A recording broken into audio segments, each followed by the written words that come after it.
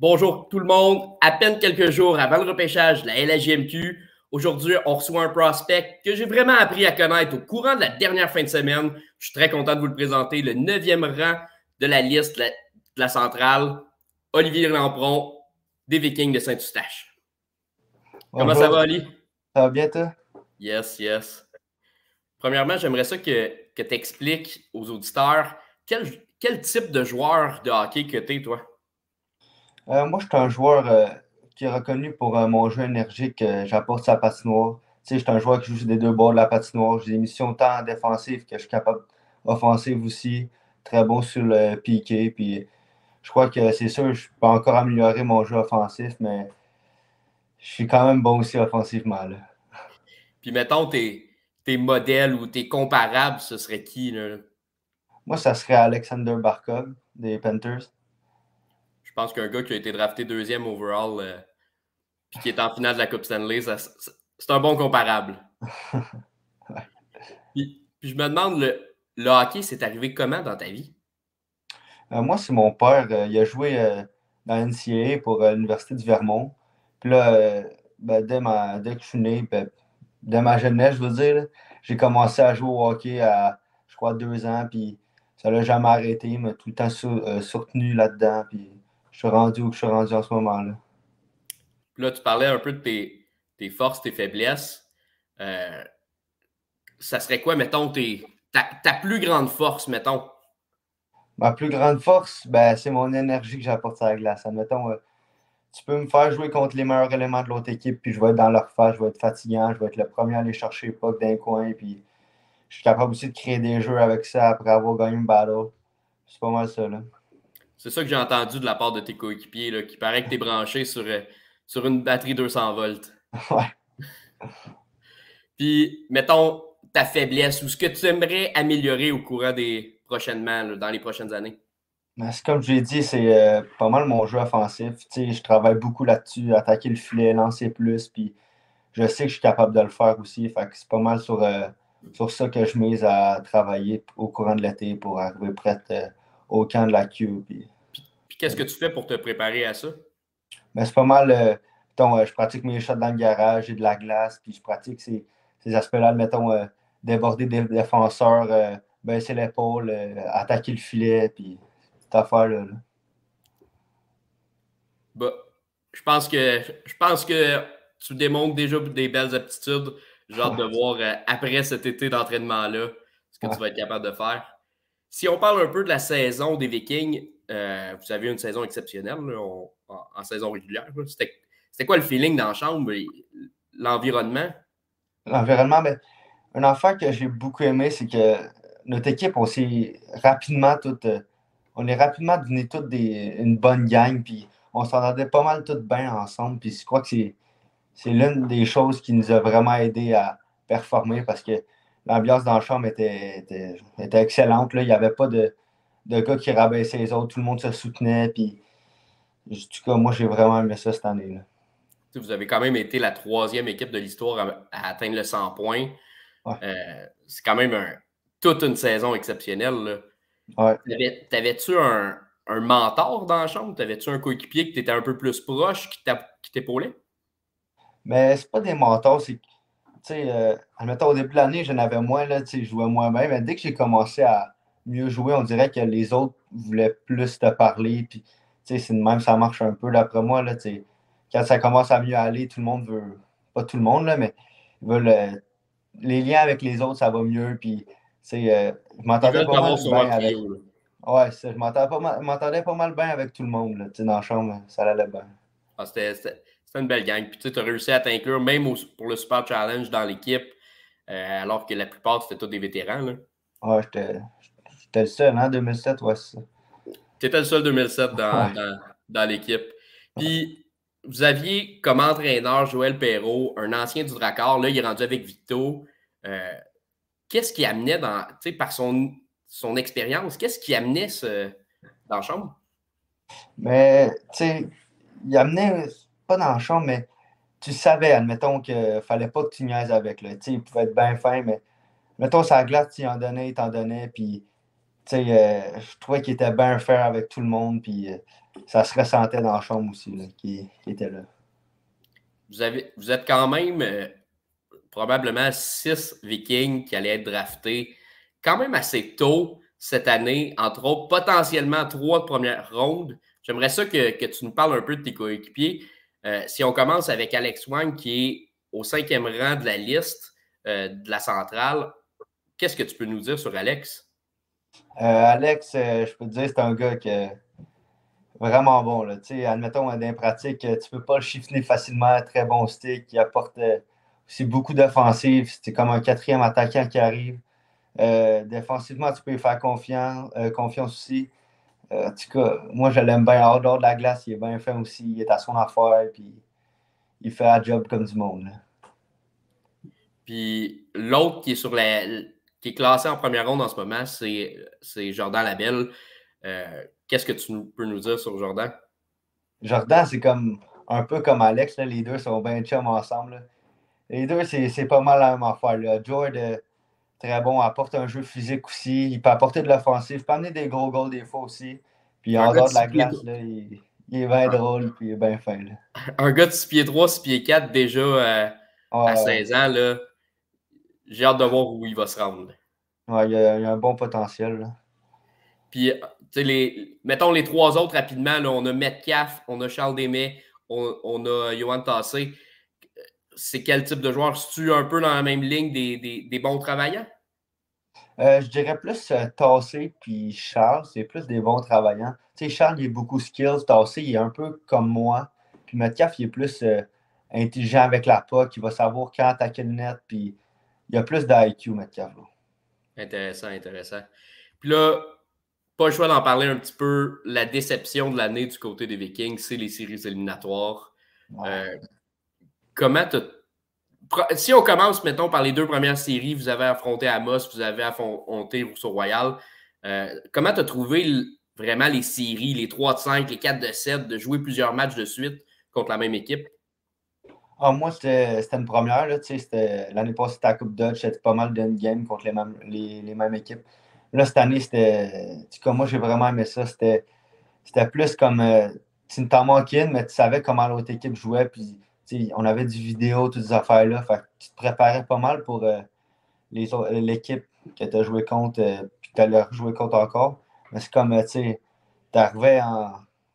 Quand on a perdu en demi, là, c'était juste une game, ça. J'aurais mis Ouais, au moins un exact. 2-3, quelque chose comme ça, là, mais en tout cas, nouveau règlement. Là.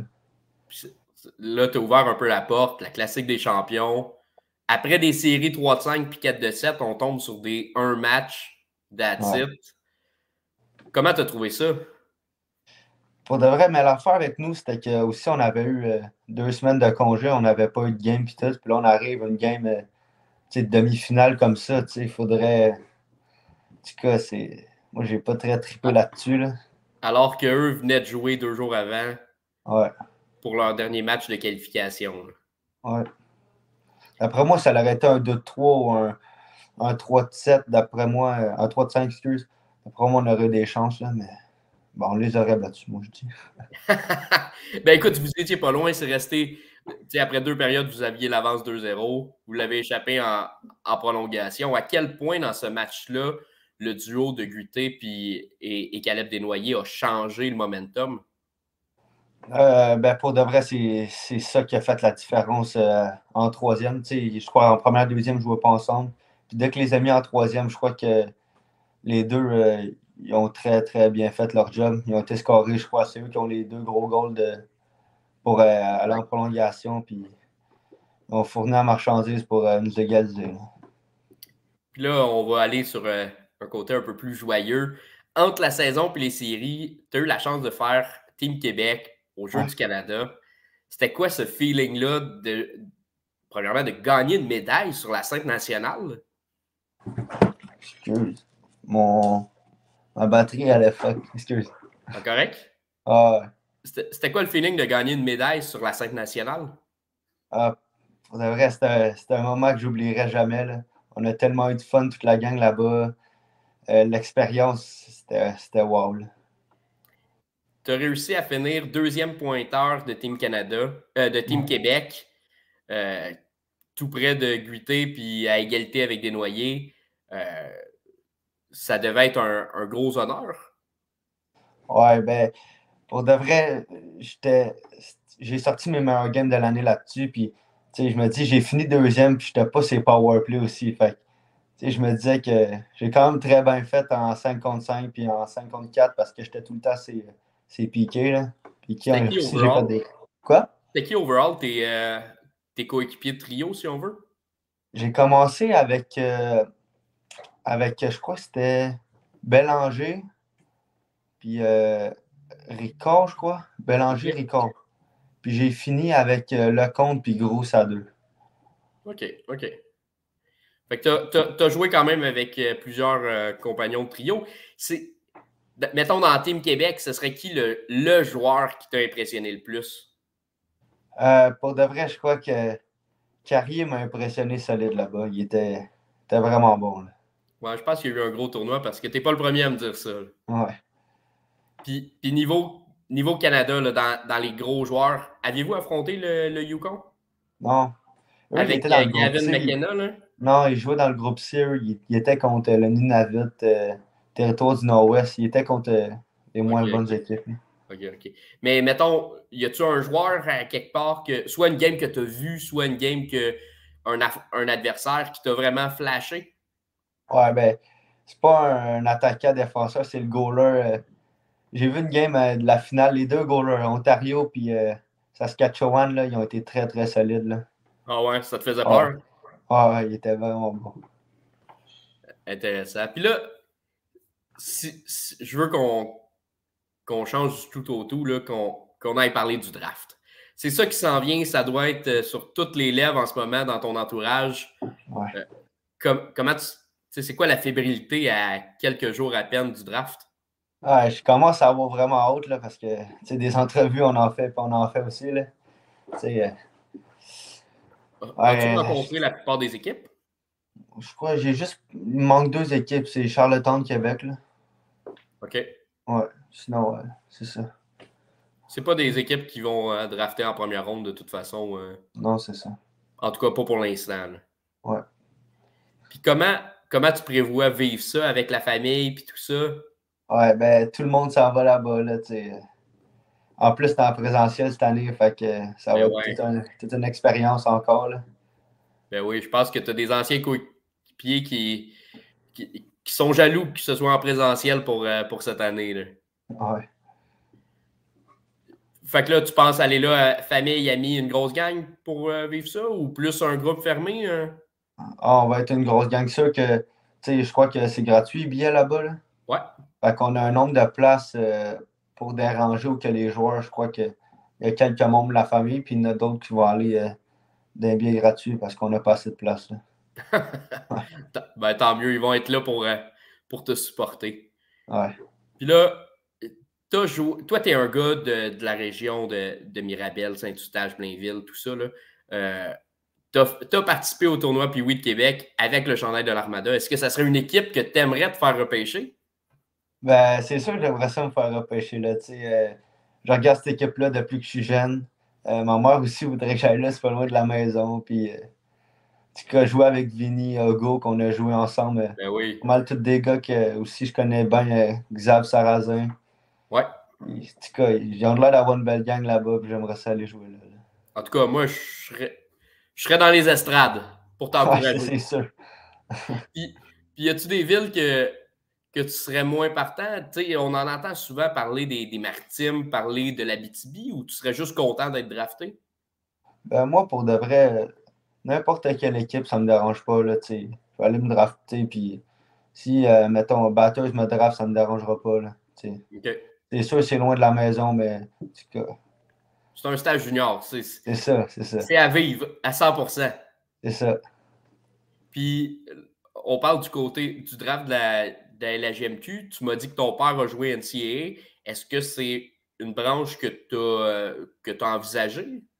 Non, j'ai juste pas parlé à des équipes euh, aux USA, là. Aux OK. États-Unis, excuse. Ouais. Non. Fait que c'est carrément pas dans les plans de... Non, non, non, c'est pas dans mes plans. OK. Bon, tant mieux. Un talent local qui reste au Québec, c'est tout le temps ça qu'on souhaite. Maintenant, ton plus général, mettons ton moment mémorable de ton parcours midget jusqu'à maintenant, s'il s'arrêtait aujourd'hui, mettons, à part avoir gagné le Super Challenge avec moi en fin de semaine, ça serait quoi? Ben, juste dans ma saison midget 3, je peux parler des jeux, puis De toute, mettons, ok. la dernière année calendrier, mettons. Ok, ben, la dernière année, ça serait pas mal les Jeux du Canada, là. Avoir gagné la médaille de bronze là-bas, là.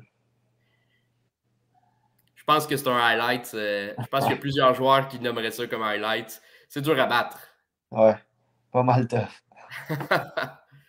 Puis, mettons, là, qu'est-ce que tu pourrais dire à. Si je te laisse le mot de la fin, là, ce serait quoi le message que tu pourrais passer à tes futurs coéquipiers, aux futurs partisans de la LHMQ qui vont te suivre? Qu'est-ce que tu veux lancer comme message pour conclure? Ben, le message que je lancerais, c'est de jamais abandonner, OK, les gars? Parce que, tu sais, j'ai eu des moments tough, il y a des hauts puis des bas dans ma saison, puis j'ai jamais abandonné. J'ai toujours cru en moi aussi. Puis je suis rendu où je suis rendu en ce moment-là. Je pense que c'est excellent. Je pense que ça te décrit bien aussi en même temps. Ouais, Euh, avec la saison que tu as eue, avec le parcours que tu as eu. Puis écoute, Oli, moi, je te souhaite bonne chance pour le draft. Tu es un de ceux qui a monté toute l'année dans les listes. Maintenant, tu es 9e. On attend samedi prochain pour voir où tu vas sortir. ouais. Je te souhaite que du succès, mon ami. Ouais, merci beaucoup.